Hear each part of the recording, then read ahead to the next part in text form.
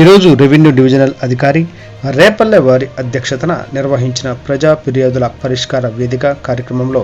వచ్చిన ఫిర్యాదులు నిజాంపట్నం గ్రామం నందు తన పొలమును ఆన్లైన్ చేయవలసిందిగా కోరుతూ ఒక అర్జీ,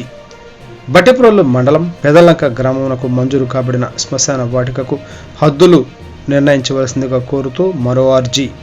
రేపల్లె మున్సిపాలిటీ ఏరియా పరిధిలోని భాష్యం స్కూలు నందు తన బాబుకు ఫ్రీ సీటు లభించినను school books, uniform, bus fee కట్టమని స్కూలు యాజమాన్యం బలవంతం చేయుట గురించి ఒక అర్జీ, రేపల్లె మున్సిపాలిటీ ఏరియా పరిధిలో తన ఇంటి స్థలాన్ని ఆక్రమించి ఇంటి నిర్మాణం జరుగుతున్నదని ఆ నిర్మాణం పనులు నిలిపివేయాలని కోరుతూ మరో అర్జీ,